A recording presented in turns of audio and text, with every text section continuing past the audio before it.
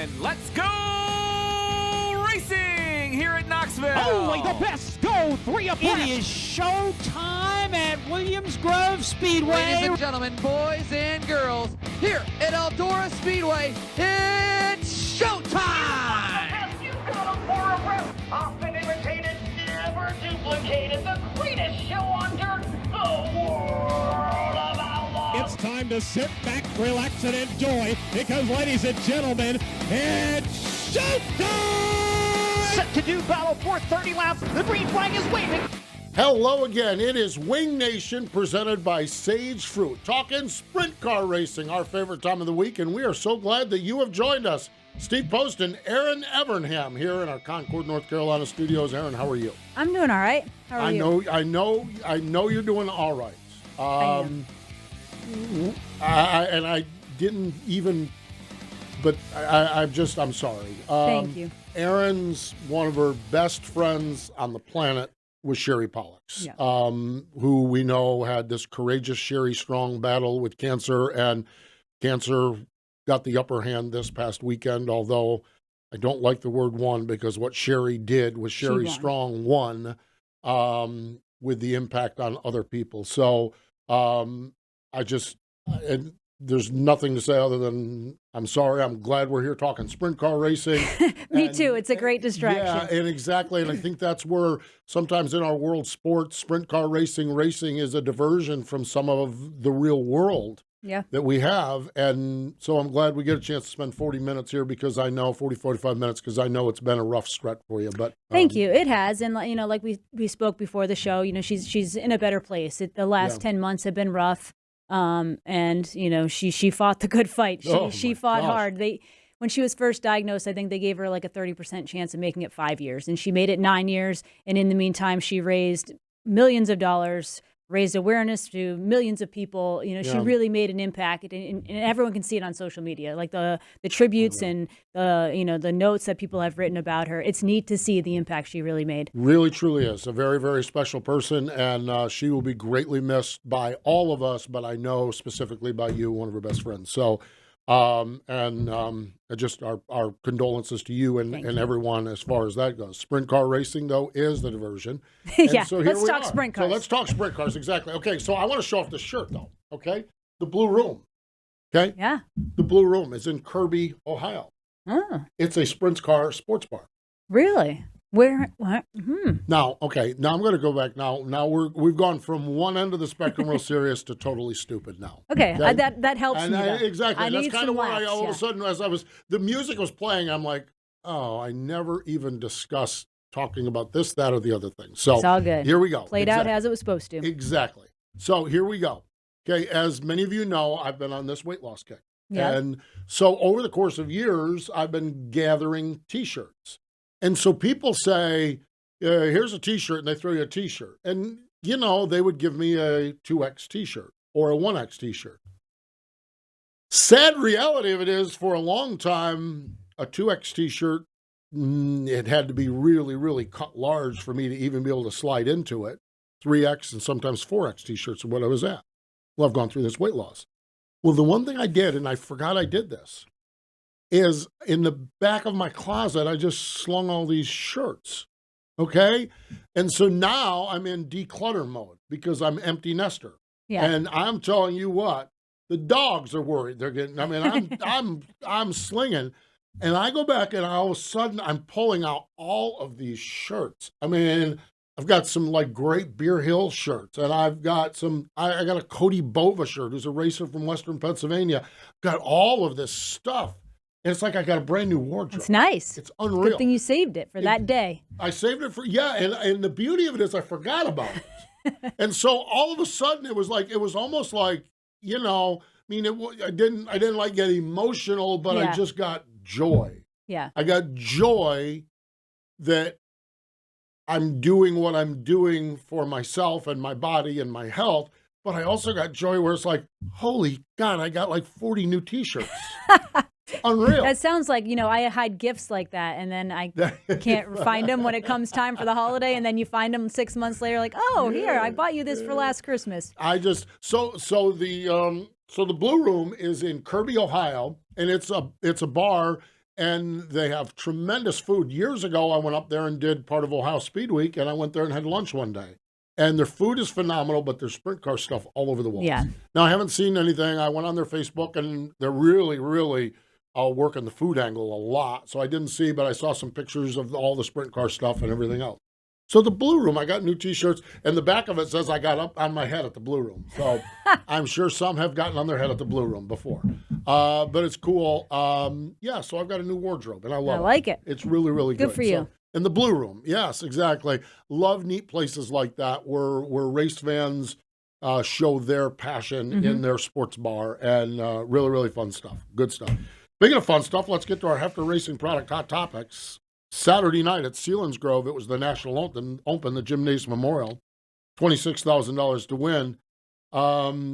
He is not having financially the year that he had last year, but he's starting to close in on it. Brett Marks. Yeah. Surpassed the $315,000 win mark this year. Wow. Not bad. And I do feel, I mean, I might not be accurate on this, but it was more towards the latter part of this. Maybe they started off and then there was a little lull, but man, lately he seems to be on it. Yeah. The Jim Nace Memorial, he won $28,600. It's his 11th win of the season. But you mentioned a couple weeks ago, it was the Dirt Classic, 20 grand.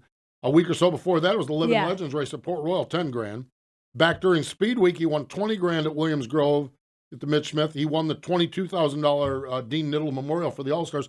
Here's the other thing with those. His 5 biggest wins, 28,000, 28.6, 20, 10, 20, and 22, 5 different tracks. Yeah. Which is impressive as all get out. And also impressive as all get out is that one of those tracks has another $20,000 win race coming up, Lincoln. Mm-hmm. And one of those tracks, William Grove, has a $75,000 to win race coming up. Yeah. I'll tell you what, Brett Marks has got Port Royal's got some. Port Royal's got the World of Outlaws. That's a 50. That's right. That'd be 15 grand. It's a 15. Oh no, the Tusky 50. That's right, the Tusky 50. Then the World of Outlaw race. Holy cow! I mean, Marks is quietly just got this thing rolling well. So good for him. So picked up the win at the Selinsgrove National Open. World of Outlaw NOS Energy Drink Sprint Cars, the Tommy Tarleton Classic, was at King Speedway, $21,000 to win. The Big Cat, Brad Sweet, 8th win of the season.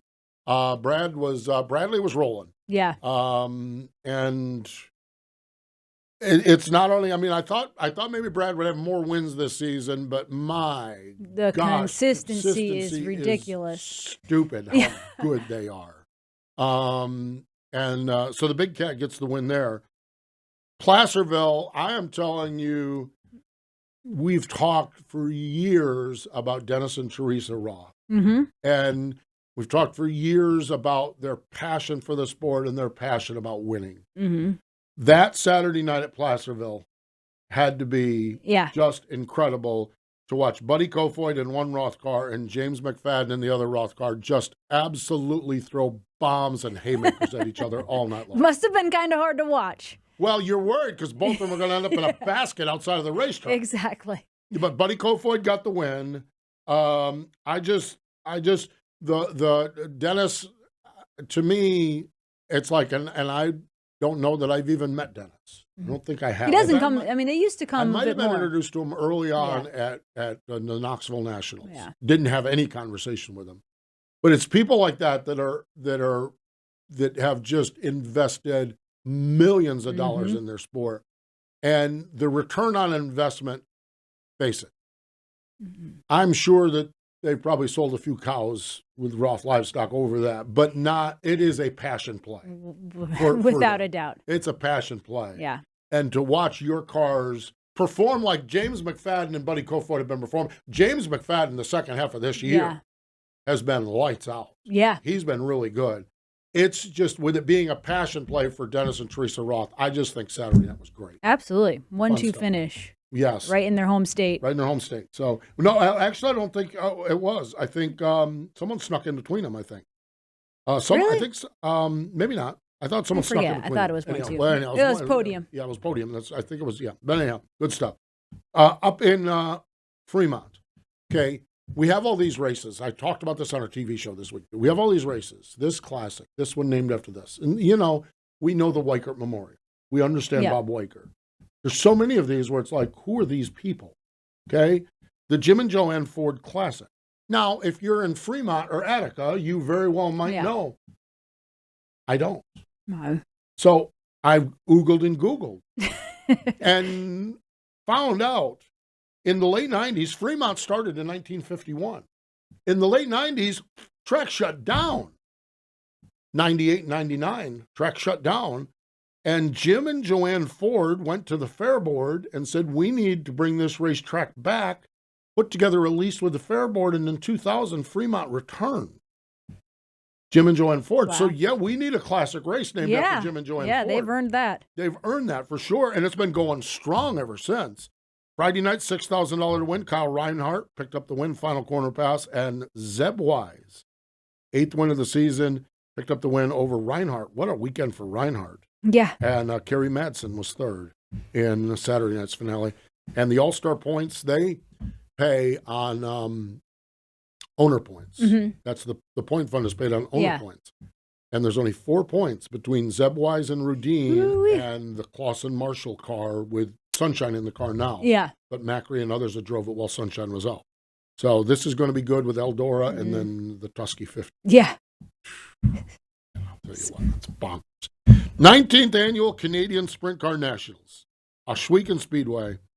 This is one of those where I'm doing notes this morning, and it's like, dang, we should have got another driver on here because this guy, Mike Bowman, I have no idea. Okay? He won over Sam Haferteeth, which that speaks volumes. That's impressive. That's impressive. $30,000. Bowman is a racer from St. Catharines, Ontario, Canada. This season, he won the Ohsweken Trek Championship, 5 of 12 races going into this year, and he was Rookie of the Year. Wow. Yeah, wow is right. Wow. Like one of those where it's like, I'm an hour before the show doing other programs here and everything. It's like, Craiger, can we call this guy? I mean, so kudos to Mike Bowman. I love this story. Yeah. I don't know anything more than that. You start doing notes and it's like, man. I mean, I saw the results over the weekend. Mike Bowman won. Yeah. Okay, that didn't ring a bell. Yeah.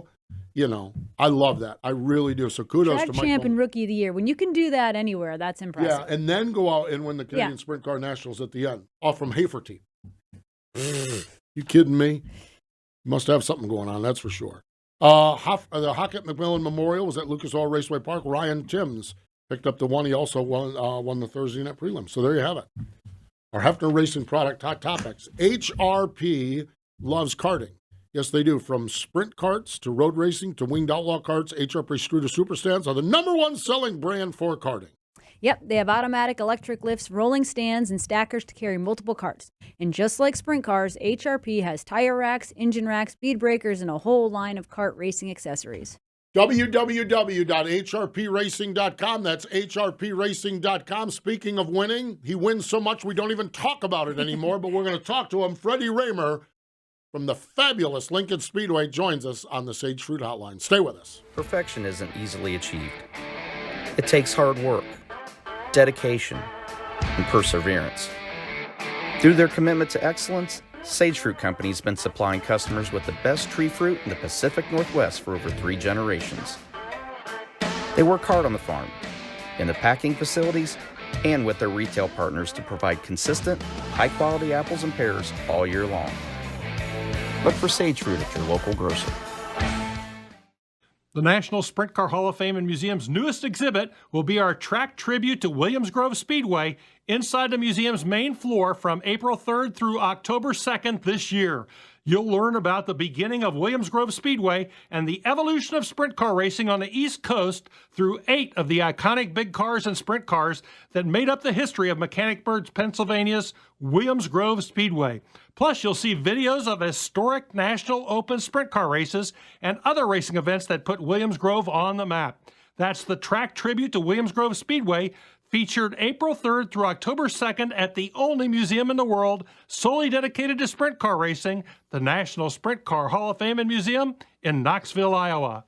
We love our generational racers. We love the stories. We love following in Dad's footsteps, in some cases following in Mom's footsteps. We love generational racers. When you look at the fabulous Lincoln Speedway and you look at the all-time win list, you don't have to go to the second entry on the list to talk about this family. Because Fred Rahmer, with 169 wins, is the all-time race winning driver at the Fabulous Lincoln Speedway. A long way to go. We're not even talking about that. But his son, Freddie, 14 wins this season at Lincoln, 17 overall, 4th consecutive year track champion, and he joins us on the Sage Fruit Hotline. Freddie Rahmer. Freddie, congratulations on another win. I would dare say you've got things locked in pretty good at the Fabulous Lincoln Speedway. Yeah, we've been, thanks for having me on, guys, and we've been fortunate to have a good year there. We've had some pretty solid years the last couple and been getting better. I think there's still some more things, like anything you can always keep working on, of course, but we've been lucky there this year and had some good wins and been close at a few other ones for sure. Freddie, what is it about Lincoln Speedway that suits your driving style so well? Obviously, you've had success at other tracks, but nothing quite like 14 wins and the 4th championship at Lincoln. You know, obviously, also throughout the season, the weather, the track changes. It's different. But what is it that seems to just continue to work for you? I don't know. I think I have the most experience there of any of the tracks in the area, and I think our car and motor combination works real well there, but honestly, what we do is very similar to what we did many years ago, and when I was starting, and similar things to what my dad was racing there. So I don't know.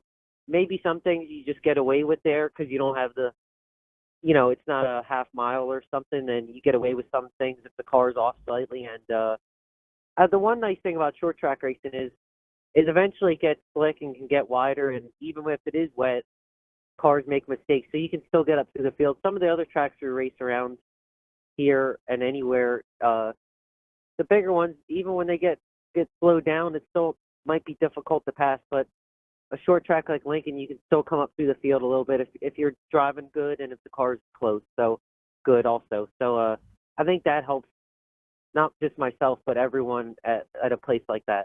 Yeah, the racing at Lincoln is just bonkers. It's so competitive. There's so much side by side, so much passing and everything. The Brian Monteith Classic, which Brian obviously had a lot of great history there as well. Tell me about the race on Saturday night. How'd you win that one? Yeah, I mean, we didn't time that great. We went out later on, and we ended up starting 6th in the feature. We didn't make the redraw, but the way it ended up, we got to start 6th, and it was pretty slick.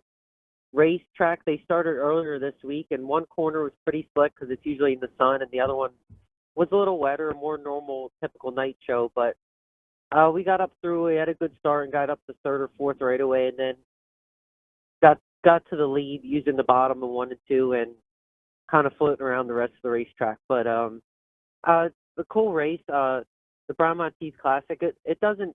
It's kind of weird that it's the Monteith Classic because it seems like he just stopped racing yesterday or something. And when I started racing, he was the main guy to beat, especially there. So pretty cool. It's weird how time goes by, and people we grew up playing in the infield with, we race with a lot of them, or their dads were racing, and it's all the same people. It just might be, like you said, different generations now, within reason. But it was cool to win that race because I respect him a lot and got to race with him a good amount, but up until a couple seasons ago.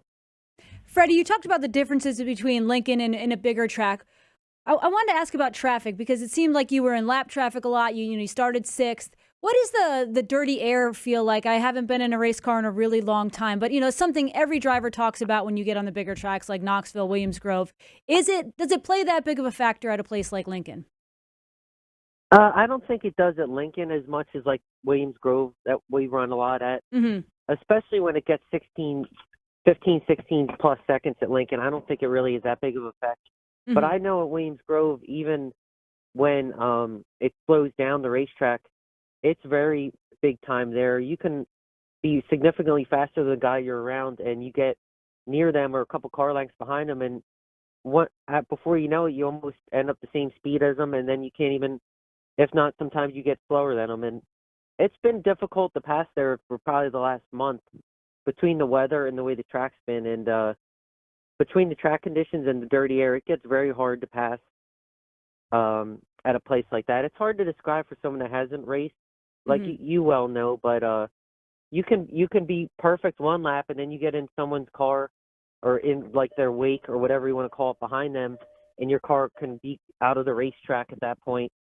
And even like watching them late models at Knoxville last week, I follow them a lot, and you can see the front of them guys, they lose their nose even when they're 5-6 car lengths behind them, and it's the same thing with our cars. And some of the really good guys, and I watching videos and racing with guys, you can see certain people stagger their car to keep air on their wing and then get back in line to make sure their car's loaded when they get into the corner. Just little tricks they might learn. Or even when you're racing with someone, you might drive across the corner to get their car rolled up or unload it to try to get an advantage. It makes a big difference.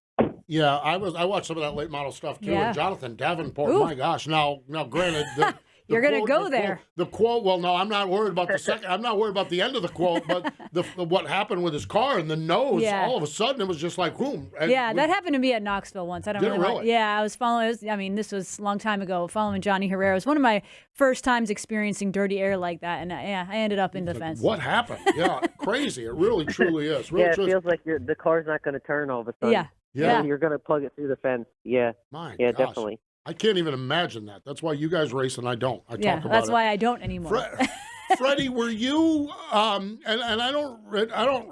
My years are all together. Do you remember some of your dad's? What do you remember about your dad's heyday at Lincoln Speedway when your dad was doing similar type things down there? Do you remember much about that?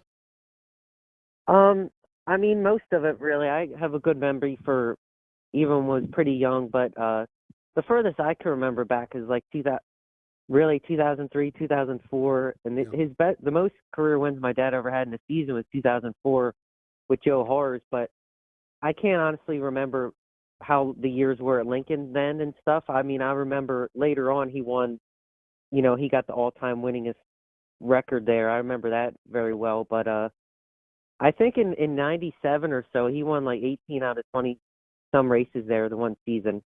Wow. But then some other point, he won 12 in a row, which is just insane, obviously, between not getting a flat and being lucky with certain things and to do that. But that was before I can remember, when some was even before I was born. So, yeah. I remember meeting you around that time, you and your sister and your brother, and your dad swore that he wasn't going to let you drive sprint cars. I think late models he kept talking about. Yeah, we were for a while, and was kind of serious between talking to a couple of my dad's friends that race late models, and then we realized how much they cost, and that diverted that. Because as expensive as racing is, they were even seemed to be more expensive at the time than what the sprint car stuff. So that changed. Freddie, the balance of the season, there's a lot of money up in Pennsylvania coming up for you. Including another big one coming up at Lincoln. Of course, the National Open at the Grove, and Port Royal has a lot of stuff coming up as well. You got a busy month of September and October planned, running all those big shows up there? Yeah, definitely. We'll be at every one, and I think we can, if we do everything right, we have a chance at them all. And you have to qualify well and all that, and we have most of the season, so we'll focus on that and be prepared as we can. Like this week, we have 2 races and a tune-up for the National Open and all that. And then next week is, National Open weekend. And then the following week's got 4 shows. 3 of them are outlaw, or 2 of them are outlaw. One's a high limit. And then there's still a lot of big races here. A 20,000 win at Lincoln. The last one of the season in Pennsylvania is, I believe, up to 25,000 now. So there's maybe about 15 shows left.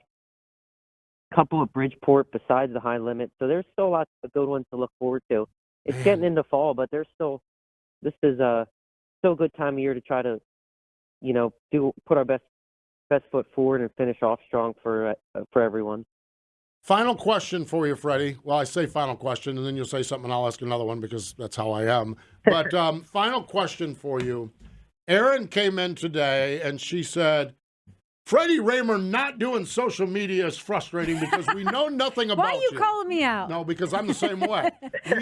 We live off from going on people's Instagram and finding out what they do. Now, we're lucky with you that we know Erin, so we can get all the deets we know. The decision, and I can't imagine as a driver that gets cheered by some and booed by other in central Pennsylvania. The decision not to be on social media, have you ever wavered from that? Have you ever had any thoughts about it? Do you take a peek at it every once in a while? Or are you a staunch, keep me away from it at all costs guy? I would say pretty much all cost away, kind of old school with that stuff.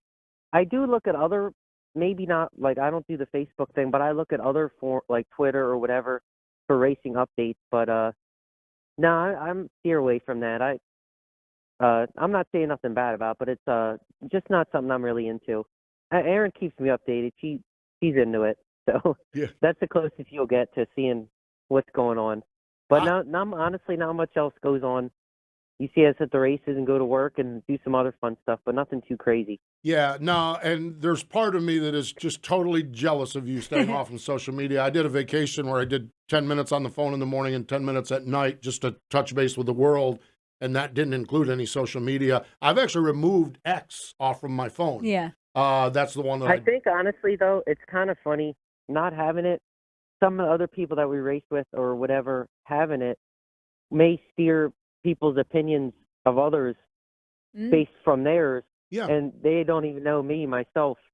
Maybe somewhat because they don't have it. The people that have been around forever, years, that know my dad and know the area, or this area, and myself know. But if that makes sense, they kind of know me without knowing me based on not having it, as dumb as that sounds. Yeah, you're right, because there are other guys up there, including a rival of yours named Danny Dietrich, that uses social media, and I think that's fine. I love there's some good stuff to it, too, because if it's good or bad, if people are talking about the races, it's good. Precisely. Yeah, so it's not all bad stuff. I love that you're not on it. As much as it's like it'd be fun to, but I love that because I just think that's, like I said, part of me is jealous of it because social media can at times just draw you into a mess. That's for sure. So, no mess at all. No mess at all with the way you've been performing, Freddie. Congratulations on the success. Go grab some more wins here over the balance of the season, and maybe we'll talk to you again after another big one coming up. But thanks for joining us here on Wing Nation. Sounds good. Thanks, Erin and Steve. Have a nice week, and I'll talk to you later on. You got it. There you have it. Freddie Rahmer joining us here. I can't imagine. It's like you wake up without social media. I mean, he says he gets results and sees stuff like that. Yeah. There's part of me that's got to be like you wake up and you just are not introducing anxiety to yourself. It's true. Very true. I don't know.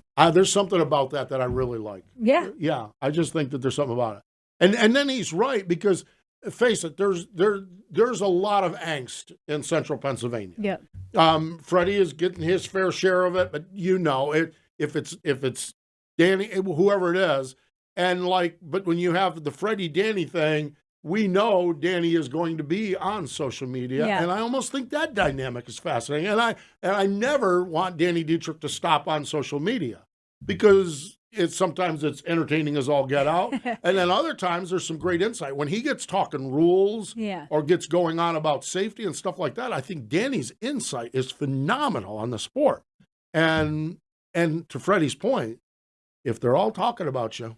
Yeah. Then they're talking about sprint car racing. Not a bad thing. Okay. Boy, I'm telling you what, we're talking about that kid Ryan Timms. He picked up the win in the Hockett McMillin Memorial. We'll talk to Ryan in just a moment. Perfection isn't easily achieved. It takes hard work, dedication, and perseverance. Through their commitment to excellence, Sage Fruit Company has been supplying customers with the best tree fruit in the Pacific Northwest for over 3 generations.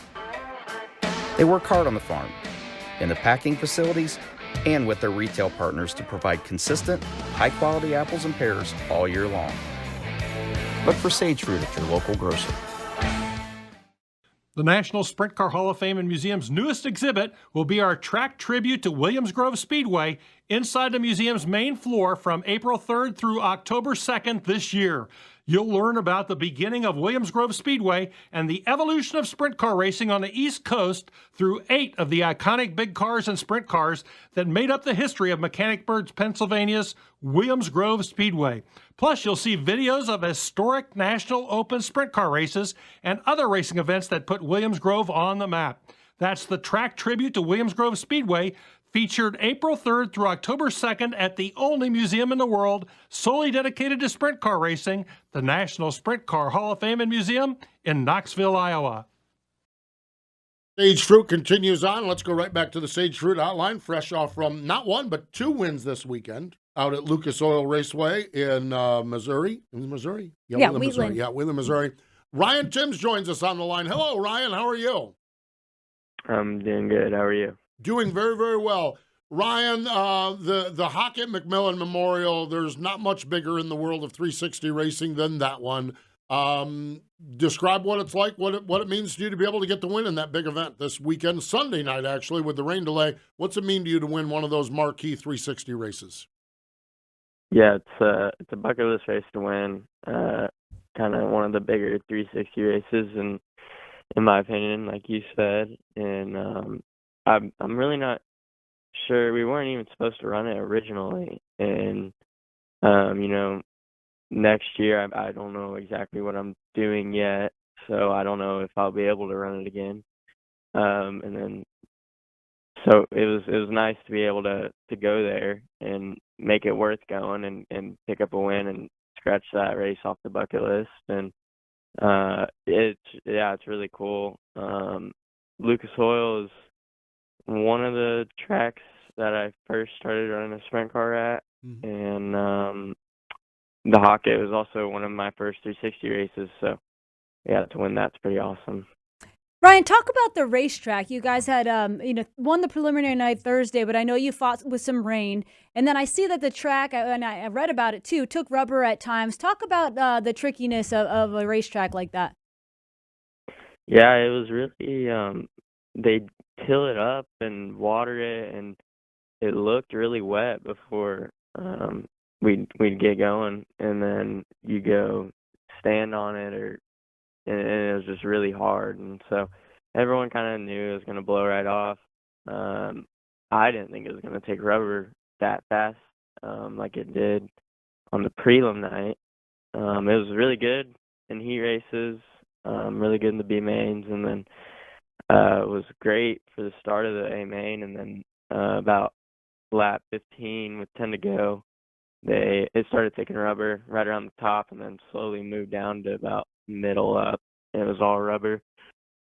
So luckily I was able to find it, and just kind of led from there. And then Sunday night, it was a day race, so it was, no matter where you at, a day race, it's going to take rubber.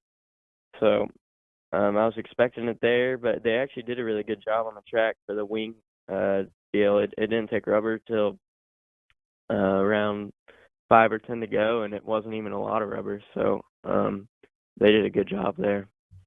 When we look at your season, Ryan, you've had 8 wins, but there have been across 360s. I think you have 3 wins there, a couple of 410 wins, some midget wins across the board. How have you guys put your season together? How has that worked out? Yeah, it honestly hasn't really gone as good as we hope. I think we had a better year last year than this year, at least in the sprint car deal. But I feel like we're starting to get kind of back to where we were, and we're getting better. I think we're getting better than where we were last year now. So we haven't had very good luck either. Even in the midget side, we'll be in situations where I'll be leading the race and something out of your control will happen, and I'll end up running second or third, or in the sprint car deal, I'll be having good runs, and then I'll do something dumb like spin out or something, and it'll just ruin your night. So it was definitely a confidence booster to go to the Hockett and win. So hopefully we can start putting good runs together. Ryan, I know you're kind of used to the swapping and jumping around between the 410s, 360s, and midgets, but how do you come up with your schedule, or this year, I should say, how did you come up with it? Because it seemed like it was almost hard to keep up with where you're going if it weren't for social media. Yeah, I'm doing the full USAC midget schedule, and that's 30 races, maybe 25 with rainouts. So we kind of just pick and choose wherever we want to go on the sprint car side of things. We're doing the full high limit deal, but that's only, I don't even know how many races that is, maybe 10. It's not a whole lot. So we got to finish the high limit deal, and then, I mean, other than that, it's just pick and choose besides the midget side of things. I think we're going out to California. We're going to PA first and then out to California for the midget stuff and sprint car stuff after BC 39 and Eldora and all that. Oh, that's right. Yeah. Oh, yeah, yeah. got that. The BC, I forgot the Eldora's this weekend, BC 30. Yeah, cool stuff. Really, truly is. Well, great to see you pick up that win in the Hockett McMillin Memorial. It's been fun to watch you jumping from car to car to car. And I know you had said that you're working on 2024, but still haven't got all that put together. We certainly wish you the best on that as well, and on throughout the balance of the season, Pennsylvania, California, everywhere in between. Thanks for joining us here, Ryan. We appreciate it. Yeah, thanks for having me on again. I appreciate it. There we go. Ryan Timms, fresh off from that win at the Hockett McMillin Memorial at Wheatland, Missouri. Fun stuff, that's for sure. What a talent. Yeah. What a talent. And he's right, like but see, I forgot, last year he ran more sprint car races, but this year getting the USAC midget deal, that's the priority. Yep. Okay, and that makes all the sense in the world as it comes together. So, all right, we need to step away. Stay with us. More Wing Nation in just a moment. Perfection isn't easily achieved. It takes hard work, dedication, and perseverance. Through their commitment to excellence, Sage Fruit Company has been supplying customers with the best tree fruit in the Pacific Northwest for over 3 generations. They work hard on the farm, in the packing facilities, and with their retail partners to provide consistent, high-quality apples and pears all year long. Look for Sage Fruit at your local grocer.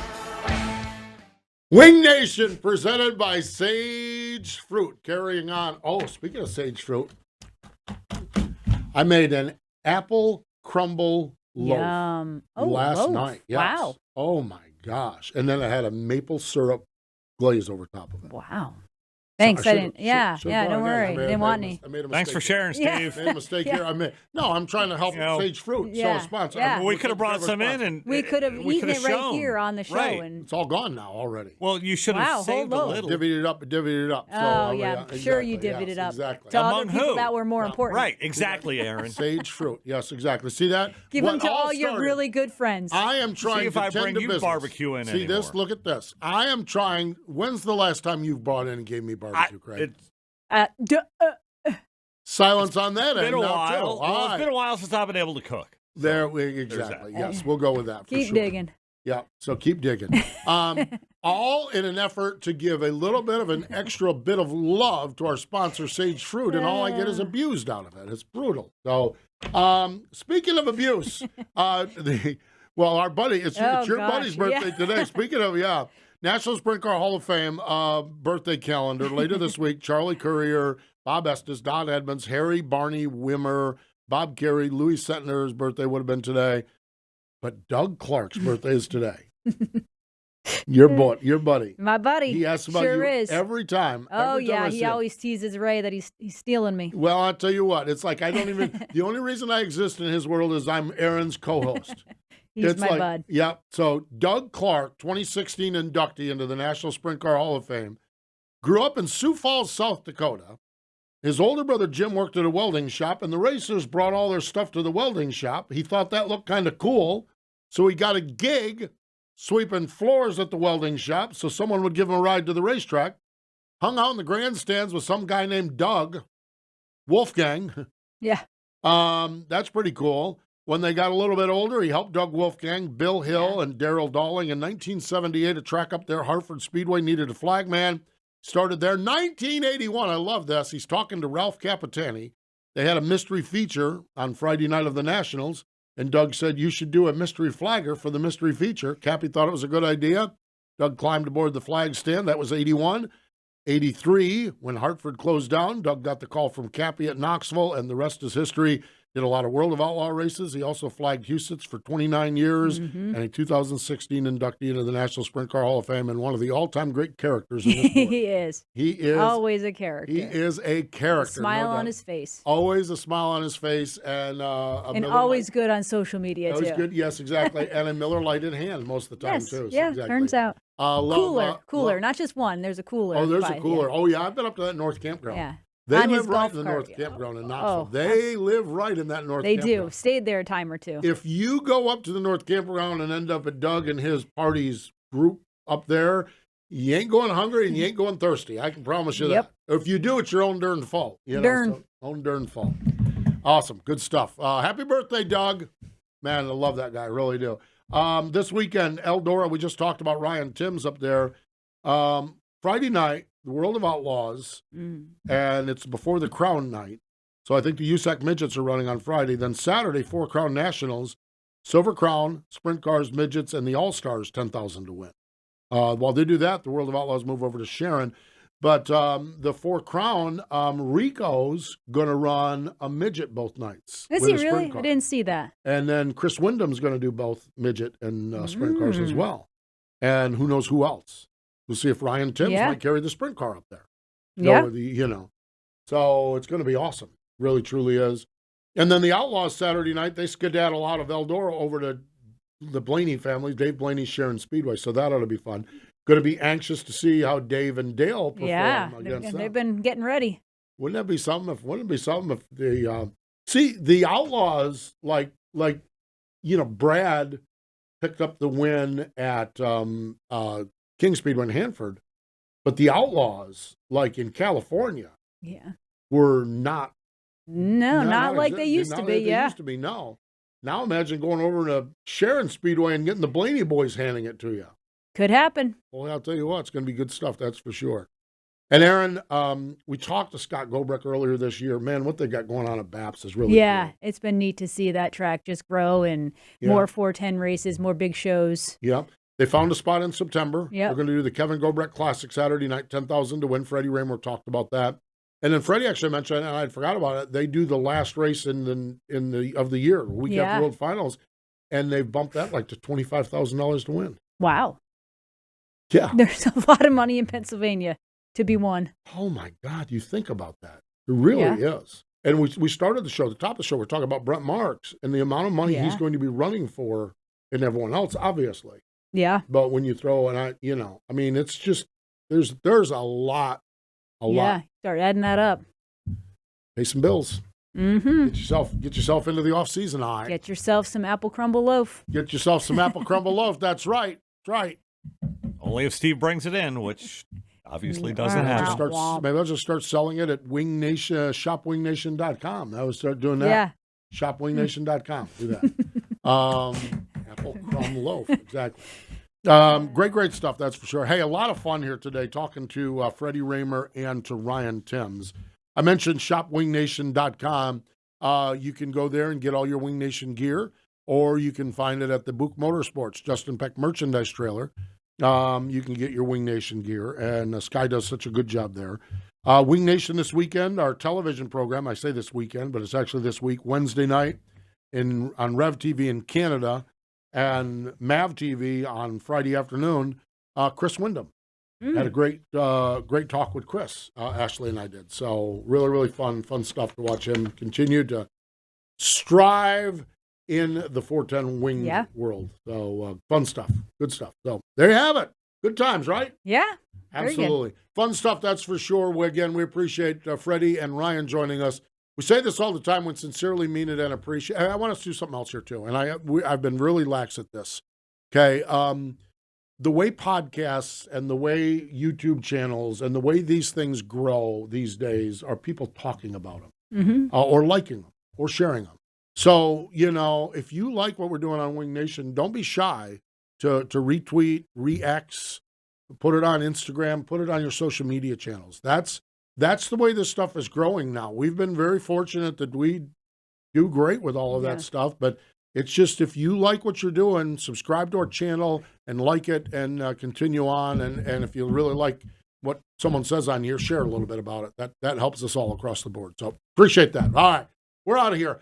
She's Erin Evernham. I'm Steve Post. Thanks for joining us this time on Wing Nation, presented by Sage Fruit.